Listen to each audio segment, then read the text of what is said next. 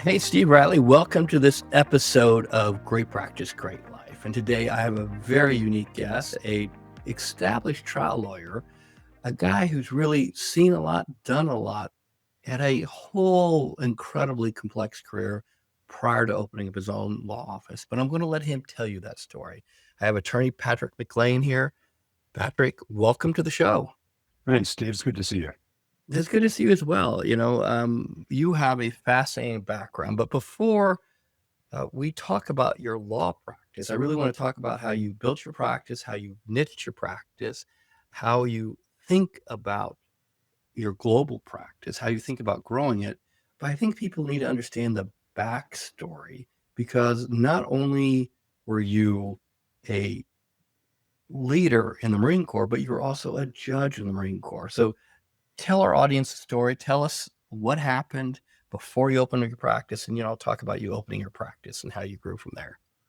Right. I think opening my practice was like most things in my life, not planned, not not with any long-term life goals. Whether my marriage or joining the Marine Corps, it was more like it just kind of happened. So I was married right after I graduated college. My wife still had a year to go, and within a couple of years, while I was in grad school working on a PhD, and we had one child and one on the way, first two of eventually 10 children. I said, well, I'm not going to finish this PhD, at least not in the next 12 years, if I don't get more solid financially and stop loading trucks and waiting tables. So my buddies had gone in the Marine Corps. I had an uncle I admired who'd been a Marine. So I said, I'll do that for a few years. Won't like it. Joined, and it wasn't easy, but I got a commission. And 20 years later, I woke up and I was at a retirement ceremony. Midway through, I had been on, served as a communication electronics officer, had been on recruit duty, and I decided that I thought that the lawyers in the Marine Corps needed to be stronger and more supportive of the mission. So I said, well, why don't I go to law school? So I competed for a program where they take about 25% of the applicants and they send them to law school on the Marine Corps' dime, which would have been the only way. By that time, our family had grown to, was going to be 4 kids. So they sent me to law school down in Austin at University of Texas, can practice law in courts martial and other military proceedings. And I'd work with civilian lawyers. And in that way, I said I'd give my hand at it. And it just grew. In fact, for maybe the first decade of my practice, that was about 50% of my practice. And I travel all around the world because the UCMJ, the Uniform Code of Military Justice, and all regulations governing the military apply to the person as opposed to a geographic area.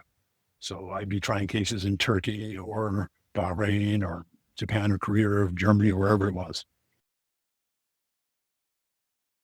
After all these years of fighting in courtrooms, being a judge, prosecuting, defending, how do you still find the passion? How do you find the empathy? How do you find the ability to embrace their story and advocate? Well, part of it comes from my faith, and that might be a little bit beyond the scope of this podcast, but uh, part of it comes from just a recognition that they're my fellow human beings. And I think if we know ourselves, we are in no position to judge others. And therefore, what I look to do is to allow everybody the kind of grace that I hope all of us would want if we were in the situation of our clients. And again, that goes from the person who clearly has not done what they've been accused of to the person who clearly did. All of them deserve respect and honor as fellow human beings. But I will say now I'm 67, or will be later this month. I'm ready to not have to be the one who's always rushing into the burning building to save someone. I'm training my associates to do that. I am teaching at the Trial Lawyers College to teach the next generation of advocates as well. I still do the work. I will be off to Italy this month to fight for an Army Master Sergeant who likewise has been wrongfully accused. But I'm looking to move on as an owner of a law firm to teach others, give it to others. And quite frankly, One thing about criminal defense is, I'm sure most lawyers are, you also have to think that one of these days you're not going to be here anymore. And what does that mean for your clients?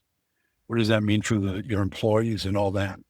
So by setting up a well-run law office, I'm hoping that my clients will always be taken care of, that my absence, whenever I pass, will not, adversely affect them at all. My employees will still have a place to go to work and that sort of thing. So that's my ultimate goal, is to get a law office that's in that position, whether remain a owner or I sell or pass it on to somebody else and, just serve of counsel, then I'm taking care of the people that rely on me. That would be our clients and our employees as well as my family.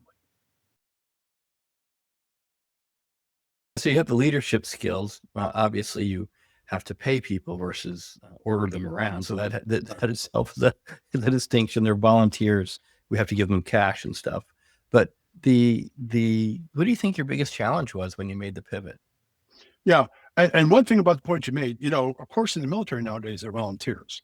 And sure, if you're an enlisted person, you got a contractor, you're maybe a commissioned officer that has a certain amount of obligation, but they can leave too. And, people think in the military, we bark orders, and that really isn't true. You're not going to get an effective team. That's more the Soviet, uh, People's Party way of running the military.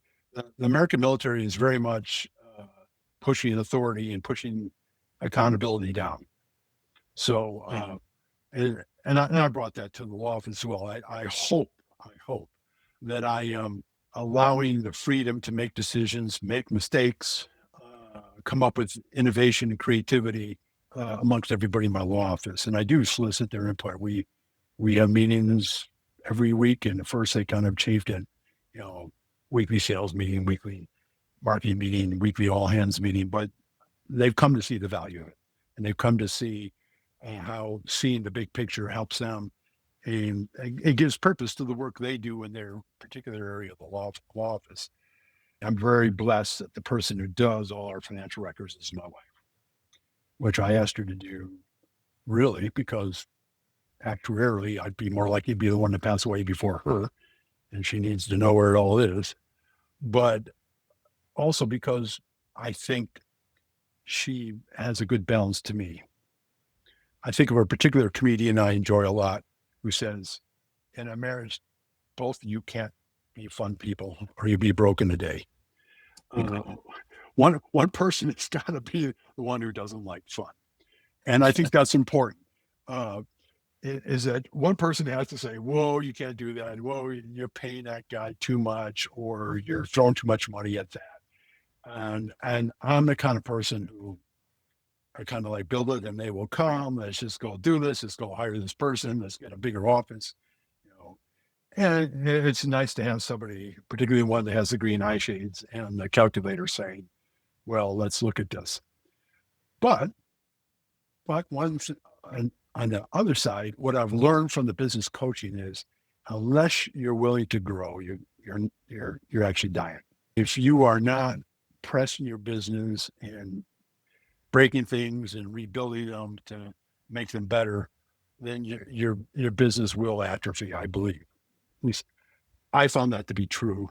And I that's why I like business coaching, because it does challenge me. I've got to speak aloud my thoughts. And sometimes I'm my own best BS detector, even as I'm speaking my thoughts. And a business coach helps with that, makes you stop. I just spent 2 days at a seminar on how to sell your law firm or buy one, whichever way you're going, and talking about valuation for law firms. And it's always something I know I have to do, but it sure helped to have somebody make you stop, slow down for 2 days and think about the things you need to think about. Because I will not live forever. I will not be in charge of my law firm forever, but it's going to have clients, it's going to have employees, and those folks need to be looked out for.